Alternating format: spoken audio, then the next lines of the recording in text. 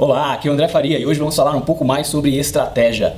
Uma vez que você já entendeu em que indústria você está, a sua empresa está, é importante você entender também como o poder funciona dentro dessa indústria. Ou se você está tentando entrar numa indústria nova, também precisa entender como o poder funciona dentro dessa indústria.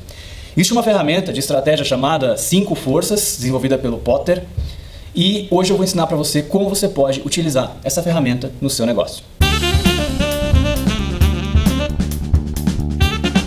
O modelo das 5 forças do Potter é uma ferramenta incrível para você entender como o poder funciona na sua indústria. A primeira coisa que ele fala para você pensar é sobre as barreiras de entrada. E quando a gente fala de barreira de entrada, a gente pode pensar, por exemplo, em linhas aéreas, em que você tem uma grande barreira de entrada que envolve capital. Afinal de contas, não é todo mundo que tem dinheiro suficiente, que tem capital suficiente para poder comprar uma série de aeronaves, para poder alugar um espaço dentro de um aeroporto, para poder lidar com todo o custo fixo de folha de pagamento e outras coisas que você precisa para poder começar um negócio de linha aérea. Não é todo mundo que consegue uma linha de crédito suficiente para poder conseguir lidar com toda essa despesa. Então essa é uma grande barreira. É por isso que a gente não vê uma nova linha aérea surgindo todos os dias, como a gente vê, por exemplo, uma nova startup de software surgindo todo dia, porque a barreira de entrada é muito pequena. Agora, você pode pensar também em barreira de entrada de uma maneira um pouco diferente, né? Pensa no Instagram, por exemplo. O Instagram, que é uma rede social que todo mundo conhece, e se você for parar para pensar mesmo no modelo deles, é extremamente simples. Eles têm ali uma timeline de fotos em que você pode colocar um comentário, dar um like, né? Basicamente isso, não foge muito disso. É um produto simples, é um produto que de repente ali um time de desenvolvimento de software em pouco tempo consegue replicar, né, sem muito custo. Agora a barreira de entrada não está em desenvolver o software. Aí eu não estou menosprezando o Instagram de forma nenhuma, né? A complexidade de escala, de arquitetura, de engenharia que eles tiveram que trabalhar para poder chegar no nível que eles estão hoje é uma coisa que não é qualquer um que faz. Mas a ideia simples ali para poder começar um negócio, entenda que é simples, né? Não tem muita barreira de entrada, mas a barreira está em conseguir conquistar os usuários necessários para que esse negócio tenha de fato valor, porque quanto mais gente usa a rede social, mais valor ela tem. Então não é porque você vai criar uma réplica do Instagram que você vai ter mais usuários. A mesma coisa acontece com os mensageiros, por exemplo. Você viu quando o WhatsApp foi bloqueado aqui no Brasil por alguns dias, todo mundo migrou para o Telegram, mas logo que foi desbloqueado, todo mundo voltou a usar o WhatsApp, porque no WhatsApp você tem todos os seus amigos ali, todas as pessoas que você conhece já usam. E é isso que tem valor para você, poder se comunicar com as pessoas que você gosta. E no caso do Instagram, poder ver as fotos das pessoas que você gosta, dos fotógrafos que você admira, enfim. Então a barreira de entrada nem sempre está no dinheiro, nem sempre está no capital, e é uma coisa importante para você analisar. E do ponto de vista de você que está jogando nesse mercado, você que tem uma empresa nesse mercado, né, você tem que parar para pensar se é positivo ou negativo do seu ponto de vista, né? E do ponto de vista das linhas aéreas, por exemplo, é positivo, porque não é todo dia que eles vão ter um novo concorrente aparecendo, justamente porque a barreira de entrada é alta. Um outro ponto, às vezes, é tempo. Se você pensar, por exemplo, no mercado de ERPs, né? A barreira de entrada também é baixa, não tem regulamentação, qualquer dia alguém pode estar desenvolvendo um novo ERP, de fato está. Mas a questão é que leva tempo para que alguém consiga desenvolver um produto, né? ERP, que é um produto muito complexo, um produto muito extenso, então isso também pode ser uma barreira de entrada. Não é todo mundo que tem tempo suficiente para investir para até ter um produto finalizado, até ter um produto pronto para competir no mercado. E a gente poderia falar de economia de escala, por exemplo, também. Tem certos negócios que você só consegue ser competitivo quando você tem uma escala muito grande, senão o custo fica muito alto. Especialmente quando o custo fixo é muito maior que o custo variável. E aí você não consegue entrar no mercado, porque você tem que ter muito capital para conseguir queimar, até você conseguir a escala para conseguir ter uma margem competitiva, conseguir ter um preço competitivo nesse mercado. Poderíamos falar de patentes, outros tipos de coisas que te impedem de entrar no mercado. Então, existem vários tipos de barreira de entrada. Outro ponto que eu acho bastante importante dentro do modelo do Potter é a questão dos substitutos. Então, isso é muito interessante, porque muitas vezes quando você está analisando os seus concorrentes, você está pensando naqueles concorrentes que estão exatamente dentro da mesma indústria que você está. Mas na verdade o substituto pode ser muitas outras coisas, além dos concorrentes que estão na mesma indústria. Então, para te dar um exemplo, vamos pensar, por exemplo, na Coca-Cola, bebida Coca-Cola refrigerante, né? Não na empresa como um todo. Então, o concorrente da Coca-Cola não é só a Pepsi-Cola, né, por exemplo, mas qualquer outra bebida, inclusive a água, pode ser um substituto para a Coca-Cola. Então, nesse sentido, se a Coca-Cola, por exemplo, sobe demais o preço dela, as pessoas vão procurar substitutos, vão procurar bens que elas podem consumir em vez de consumir a Coca-Cola. Se você está pensando, por exemplo, em RP, muitas vezes o seu concorrente não vai ser um outro RP.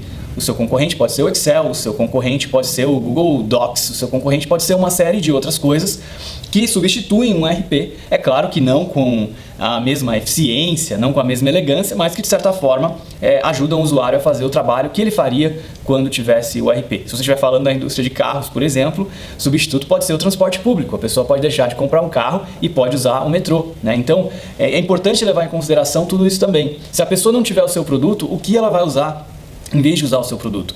E muitas indústrias perdem muita força quando um substituto aparece com uma proposta de valor parecida ou melhor, e aí acaba ganhando o mercado dessa outra indústria. Então você tem que levar em consideração como concorrente, tem que pensar nesse sentido no seu mercado, na sua indústria, não apenas em quem faz exatamente o mesmo tipo de solução que você, mas em todo mundo que de alguma maneira resolve o mesmo problema que você resolve, mesmo que de forma diferente. Uma coisa importante que pode ser um positivo é o custo de mudança, né? E aí de novo, falando de ERP, o custo de mudança de um ERP é muito alto para uma empresa. Geralmente custo de treinamento, custo de migração, então demora muito e é muito caro para treinar todo mundo, é muito caro o tempo de mudança de um ERP para o outro, então isso acaba fazendo com que as empresas não queiram trocar de ERP toda hora.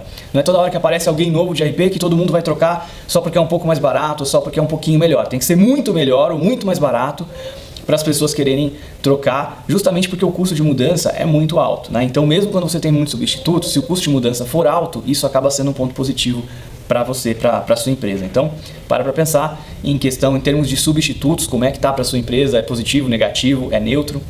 E aí vem o terceiro, que é a questão de poder de barganha de compradores, né? Então você tem as pessoas que consomem, que compram o seu produto.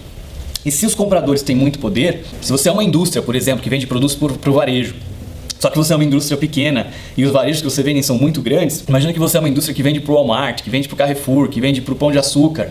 E esses caras são muito maiores que você. Então, o poder deles é muito grande e eles têm muito controle sobre a sua empresa e você pode quebrar a qualquer momento se eles estiverem de mau humor e não quiserem comprar por 2 semanas, ou se eles te obrigarem a vender com um prazo que você não tem capital de giro suficiente. Então, é comum a gente ver acontecer ou fazer um pedido muito grande no mês seguinte faz um pedido muito pequeno. Eles têm muito poder e você tem pouco poder e eles acabam, de certa forma, conseguindo controlar a sua empresa e você não tem toda a flexibilidade de tomar as decisões que sejam mais importantes estrategicamente para a sua empresa, porque você tem pouco poder em relação aos seus compradores. Então é importante analisar quem compra de você e qual o poder que esses compradores têm sobre a sua empresa. E aí depois a gente pode analisar também os fornecedores, né? Que tipo de fornecedor que você tem, e aí a gente poderia estar falando do contrário, poderia estar falando de um supermercado pequenininho que precisa da Ambev, que precisa da Sadia, que precisa da P&G, que precisa de uma série de outras indústrias para poder funcionar bem, para poder ter um mix legal, e essas indústrias acabam colocando uma série de exigências também. Então, grandes indústrias muitas vezes tentam mandar no supermercado, tentam dizer exatamente o espaço de gôndola que tem que ter para o produto dele, etc. É uma série de exigências para poder vender para aquele supermercado, porque ele está numa posição de mais poder do que aquele supermercado. Então, se você é o Walmart que está negociando com um pequeno fornecedor, você está numa posição diferente se você é um pequeno supermercado que está negociando com um grande fornecedor, como o Unilever, por exemplo. Então, é extremamente importante você levar em consideração isso também, o poder dos seus fornecedores. E aí, finalmente, depois de analisar a barreira de entrada, substitutos, compradores e fornecedores, você vai analisar a concorrência. Como é que é essa concorrência? E o melhor dos mundos para você estar é no mundo em que você está competindo por valor, por diferencial com a sua concorrência. Então, se você está competindo porque você faz certas coisas, você agrega valor, você tem uma visão diferente do seu concorrente e ele está indo para um outro lado um pouco diferente, é uma competição que acaba sendo bastante saudável. O mundo que você não quer estar é quando você entra numa concorrência em que a única diferença que você pode ter em relação ao seu concorrente é preço. Porque quando você entra numa guerra de preço, a grande tendência é que você vai espremendo a sua margem para conseguir ser competitivo até você praticamente não ter mais margem nenhuma. E isso é muito do que a gente vê hoje no mercado de e-commerce no geral, né? Então, se você for analisar, muitas das empresas de e-commerce hoje não dão lucro, né? E eles não dão lucro justamente porque estão com margens muito espremidas. Isso acontece, claro, em outros mercados também, na indústria. Quando você entra numa guerra por preço, a gente viu isso acontecer no mercado de computadores pessoais, de notebooks, de eletrônicos, né? Então, o cliente ele vai olhar apenas qual é o mais barato na hora de escolher o que vai comprar. Agora, se você consegue entrar no mercado em que você compete por diferencial, aí é diferente. Aí os dois produtos podem ter um alto valor agregado, as duas empresas podem ter uma margem saudável e ainda assim competir nesse mercado pelos mesmos clientes. E é um tipo de concorrência que faz com que todo mundo ganhe, inclusive o consumidor. Porque os dois concorrentes ou os múltiplos concorrentes que estão brigando nesse mercado estão tentando ter um produto cada vez melhor para poder agregar mais valor para o cliente. Então os dois produtos estão constantemente melhorando e o cliente também está ganhando com isso. Quando os concorrentes entram numa guerra de preço, todo mundo acaba a longo prazo perdendo. Então esse é o modelo das 5 forças do Potter, espero que você tenha gostado. Para refletir um pouco sobre eles, para o seu produto, para a sua empresa como um todo, para a indústria que você está e reveja a sua estratégia, o seu posicionamento com base na análise que você fizer. Espero que você tenha gostado. Se você gostou, não esquece de deixar o like aqui no vídeo. Se também não gostou, deixa o dislike, assim eu fico com o seu feedback. Deixa também o seu comentário. Se você estiver ouvindo o podcast no iTunes, não esquece de deixar a review do podcast, que vai ser bastante importante também. Muito obrigado e até o próximo episódio.